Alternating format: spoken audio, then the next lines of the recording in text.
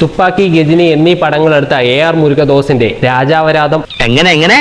അതെ, രാജാവിന്റെ അവരാധമാണ് സിക്കന്ദർ. ഈ പടം ദുരന്തമാകുമെന്ന് ഈ പടത്തിന്റെ മ്യൂസിക് കേൾക്കുമ്പോഴേ അറിയാം.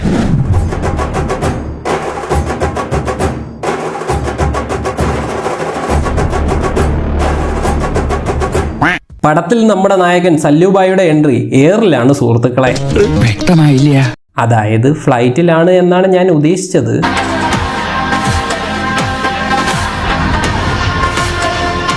അതൊക്കെ ഇരിക്കട്ടെ, പടത്തിൽ ബായി ആരാണെന്നറിയാമോ? രാജാവാണ്. രാജാവ്.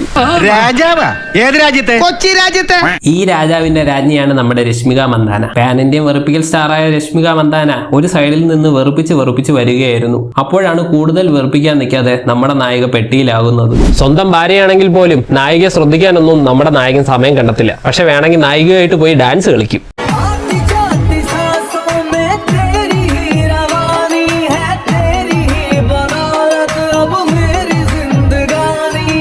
നായിക മരിച്ചത് താങ്ങാനാവാത്ത നമ്മുടെ നായകൻ ഒരു കവിത പാടി അങ്ങോട്ട് കരയും.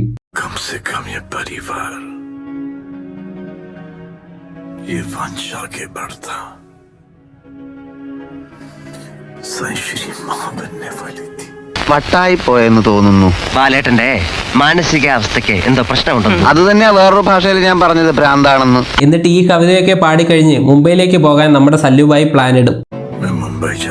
അങ്ങനെ മുംബൈയിലെത്തിയ സല്ലുബായി ഭാര്യ മരിച്ചിരിക്കുന്ന സങ്കടത്തിൽ ഒരു ഹോളി അങ്ങോട്ട് ആഘോഷിക്കും.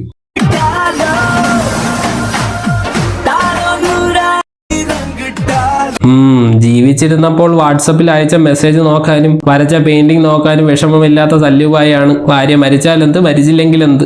സംഗതി നമ്മുടെ സല്ലുബായി മുംബൈയിലേക്ക് വന്നത് മറ്റൊന്നിനും ആയിരുന്നില്ല. നമ്മുടെ നായിക മരിക്കുന്നതിന് മുന്നേ ഓർഗൻസ് ഡൊണേറ്റ് ചെയ്യാൻ തീരുമാനിച്ചിരുന്നു. ഓർഗൻസ് റിസീവ് ചെയ്ത ആളുകൾ മുംബൈയിലാണ് ഉള്ളത്. അതായത് ചുരുക്കി പറഞ്ഞാൽ ആ ഓർഗൻസ് റിസീവ് ചെയ്തവർക്ക് കുഴപ്പമൊന്നും വരാതിരിക്കാനാണ് നമ്മുടെ നായകൻ മുംബൈയിലേക്ക് വണ്ടി കയറിയത്. അങ്ങനെയാണ് സംഗതിയുടെ കിടപ്പ്. അങ്ങനെ ഈ ഓർഗൻസ് റിസീവ് ചെയ്തവരെ അന്വേഷിച്ച് ആദ്യം നമ്മുടെ ബായി ഒരു പാവം ചെറുക്കനെ കാണാനായിട്ട് പോകും. ഈ ചെറുക്കന്റെ പ്രശ്നം എന്താന്ന് വെച്ചാൽ ഈ ചെറുക്കന്റെ ഏരിയയിൽ കുറെ പ്ലാസ്റ്റിക് കൂട്ടിയിട്ട് കത്തിക്കുന്നത് കൊണ്ട് അവന് ശ്വാസം കിട്ടുന്നില്ല എന്നുള്ളതായിരുന്നു. അതുകൊണ്ട് ബായി നേരെ പോയി പ്ലാസ്റ്റിക് കത്തിക്കുന്നവരെ അടിച്ച് റൊട്ടിയാക്കും.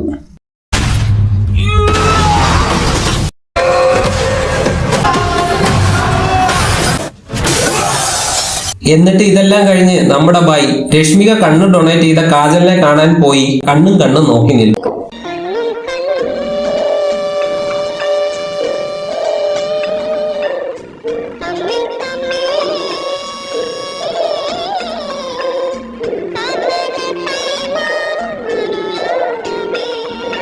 പിന്നെ ഇത് പതിവാകും. കണ്ണ് കാണാൻ നമ്മുടെ ബായി നിരന്തരം പൊയ്ക്കൊണ്ടേയിരിക്കും.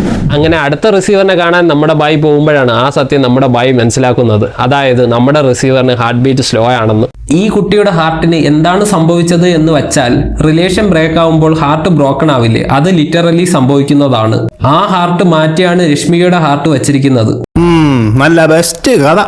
ഉടനെ അയച്ചു കൊടുത്താൽ അടുത്ത ബാലരമയിൽ വരും. അങ്ങനെ രശ്മികയുടെ ഹാർട്ട് ബ്രോക്കൺ ആകാതിരിക്കാൻ ആ റിലേഷൻ വേണ്ട എന്നൊക്കെ നമ്മുടെ ബായി ഉപദേശിക്കും. പിന്നെ പെണ്ണ് നാഗവലി ആകുന്നത് കണ്ട് നമ്മുടെ ബായി കോയ് ബാത്ത് നഹീം എന്നൊക്കെ പറഞ്ഞ് എല്ലാം സോൾവ് ആക്കും. പിന്നെ ഒരു കാർ ചേസ് ആണ് സുഹൃത്തുക്കളെ. ഇതെന്താന്ന് വെച്ചാൽ, ഇതിനു മുന്നേ അതായത് പടത്തിന്റെ തുടക്കത്തിൽ നായകൻ മിനിസ്റ്ററിന്റെ മകനെ അടിച്ച് റൊട്ടിയാക്കും. പക്ഷെ ഇത് ഏതോ ഒരുത്തൻ സോഷ്യൽ മീഡിയയിൽ എടുത്ത് പോസ്റ്റ് ചെയ്ത് ഈ അടി വൈറലാകും. ഇതുകൊണ്ടാണ് ഇവൻ ബായിയെ ചേസ് ചെയ്തുകൊണ്ടേയിരിക്കുന്നത്.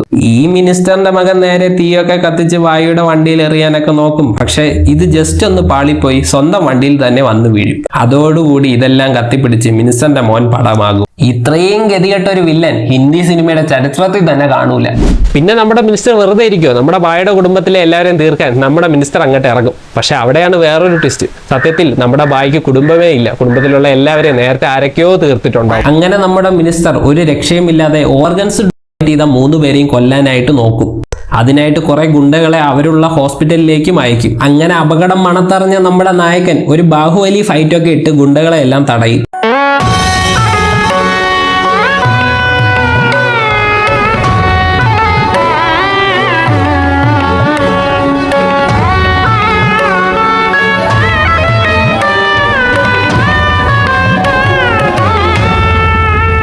അങ്ങനെ ഇവരെല്ലാം ഒതുക്കിയിട്ട് നമ്മുടെ ബായി മിനിസ്റ്ററിനെയും കൂടെ അങ്ങ് തട്ടിക്കളയും. അതോടെ പടവും തീരും.